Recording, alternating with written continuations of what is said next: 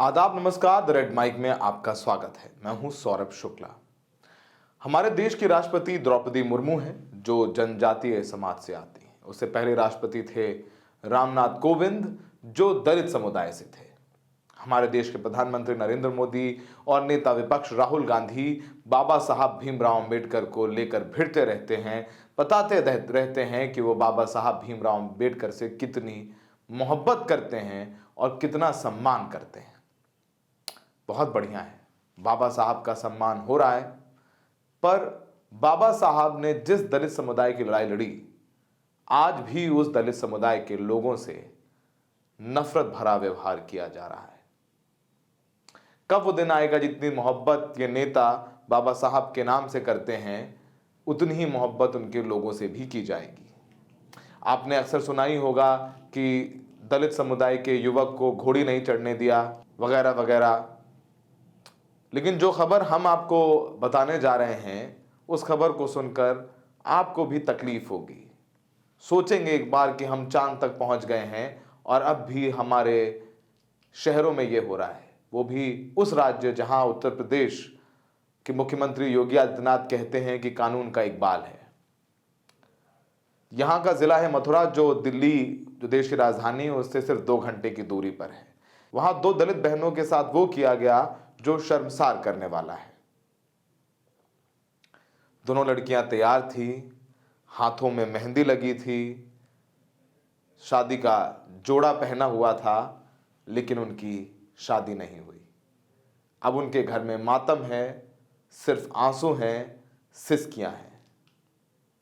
यहां मामूली विवाद के बाद दबंगों ने 2 घंटे तक खूब हंगामा किया और शादी के लिए दुल्हन बनकर तैयार हुई 2 दलित बहनों के चेहरे पर कीचड़ भी डाल दिया। यहां तक कि दोनों दुल्हनों के साथ दबंग रोहताश यादव और उसके साथियों ने मारपीट भी की। दोनों दलित बहनों की शादी एक साथ होनी थी। दोनों साथ में ही तैयार होने के लिए ब्यूटी पार्लर गई थीं। वहां से आते हुए दलित बहनों और उनके रिश्तेदारों के चेहरे पर कीचड़ फेंका गया। जब दबंगों का मन नहीं भरा तो ट्रैक्टर से दुल्हन और दूल्हे पक्ष की गाड़ियों को तोड़फोड़ कर गए। वो लोग तोड़फोड़ की उन्होंने उन गाड़ियों के साथ। बता दें, बाइक सवार दबंगों को रास्ता नहीं देने पर यह पूरा विवाद हुआ। बताया जा रहा है कि बाइक से थे लड़के और एक गाड़ी से लड़कियां आ रही थीं तैयार होकर के, और भिड़ गई आपस में और वहां से विवाद शुरू हो गया। बताते हैं कि दबंग रोहताश यादव और उसके साथियों ने दलित सगी बहनों की शादी में कोहराम मचा कर रख दिया। आपको ये भी बता दें कि इतने हंगामे के बाद दूल्हे पक्ष ने शादी से मना कर दिया और वो रिश्ता तोड़कर चले गए। इसके बाद दोनों दुल्हनों का रोते रोते बुरा हाल है। बारात राजस्थान के डीग जिले से 2 सगे भाई लेकर आए थे, जो अब वापस लौट गए हैं। ये लड़कियां टाउनशिप स्थित एक ब्यूटी पार्लर से दुल्हनों के फूफा दोनों को लेकर अपनी कार से ब्यूटी पार्लर गए थे और वहीं ये भिड़ंत हो गई। दबंग रोहतास इतने गुस्से में था कि वो अपने साथियों को लेकर बारात में भी पहुंच गया और वहां बारातियों के साथ भी खूब मारपीट की गई।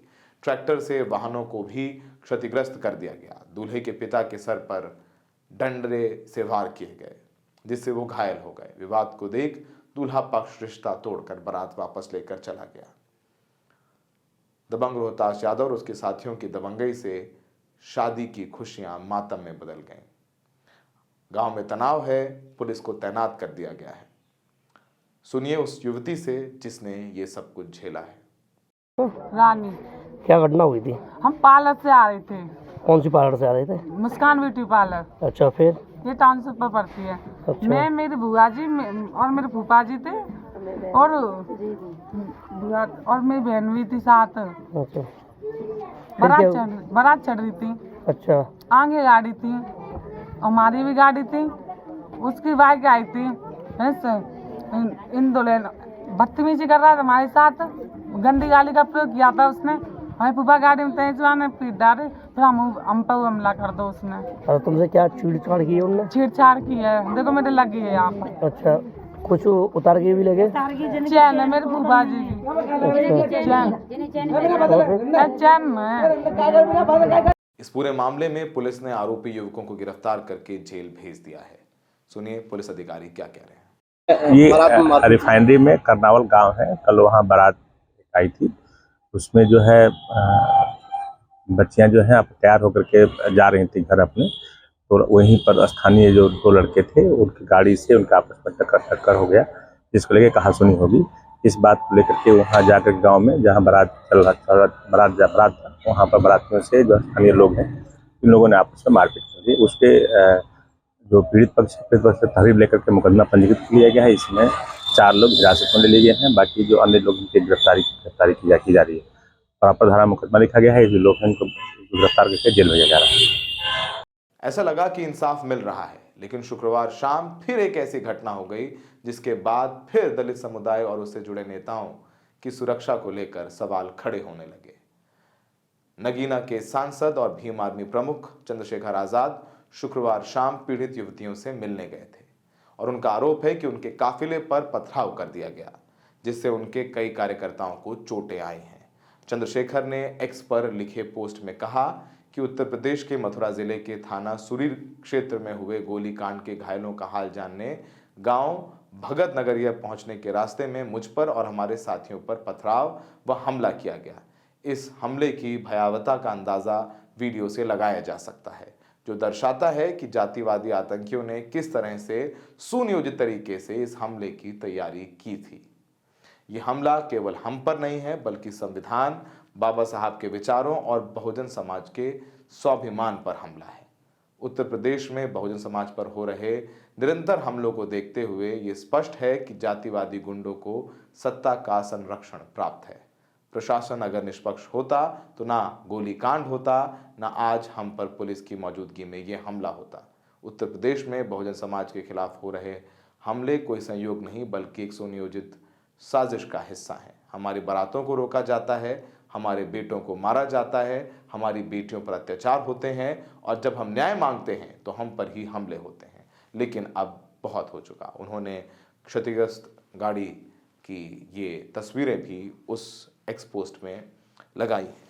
सोचिए कि सिर्फ इसलिए कि कोई छोटी जात से है तो उसके साथ ऐसा कर दिया जाए।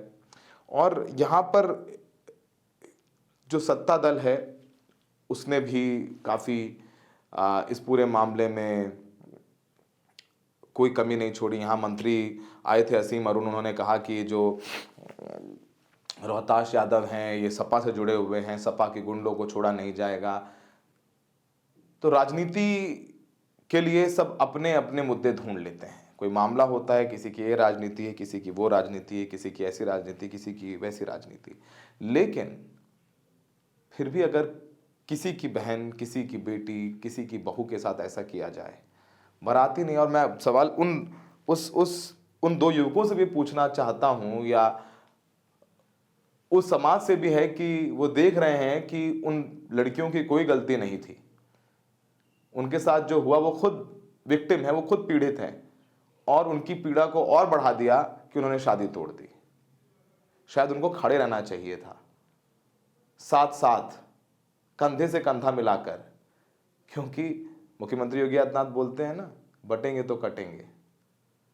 तो वो उनकी नज़रिए से कुछ बटना होता होगा, कटना होता होगा, लेकिन यहाँ तो इंगेजमेंट हो गई थी, शादी होने वाली थी, एक दूसरे से बातें होती होंगी, परिवार मिलते होंगे, और आप छोड़ के चले गए इस दुख की घड़ी में।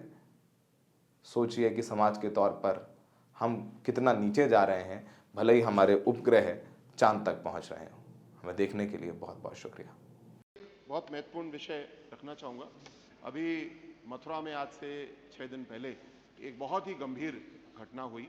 करनावल गांव है जहां पे अनुसूचित समाज की 2 बेटियां, उनकी शादी हो रही थी और वो ब्यूटी पार्लर में तैयार होने के लिए गई थी। अपने घर या जहां पे पंडाल बना था वहां वापस आ रही थी। रास्ते में कुछ गुंडे, उनसे मोटरसाइकिल और कार में कुछ छोटी सी टक्कर हो जाती है। वो गुंडे इन बच्चियों के साथ में मारपीट करते हैं। उनके फूफा जो गाड़ी चला रहे थे उनसे मारपीट करते हैं, बच्चियों के ऊपर कीचड़ उछालते हैं, अपने और लोगों को बुला लेते हैं और उस पूरी शादी को तहस नहस कर देते हैं। जो दोनों दूल्हे भी भाई थे और बेटियां जिनकी शादी हो रही वो भी दोनों सगी बहनें थीं। बारात आई थी राजस्थान से। अब उस पिता के साथ में मारपीट करते हैं, सिर फाड़ देते हैं और पूरी शादी वहाँ पे तहस नहस कर देते हैं। पहली बात ये कि जिस व्यक्ति ने, जिन लोगों ने मारपीट की, वो समाजवादी पार्टी के गुंडे, और उनका नाम रखा हुआ अपना नाम रखा हुआ पिस्तौल यादव। और उस घटना के बाद में 15 लोग और आते हैं और वो मारपीट करते हैं। अच्छी बात ये कि उस घटना पे तेज कार्रवाई करते हुए सभी 15 अपराधियों को गिरफ्तार किया गया और उनको डकैती जो उन्होंने डाली थी उसकी धारा में जेल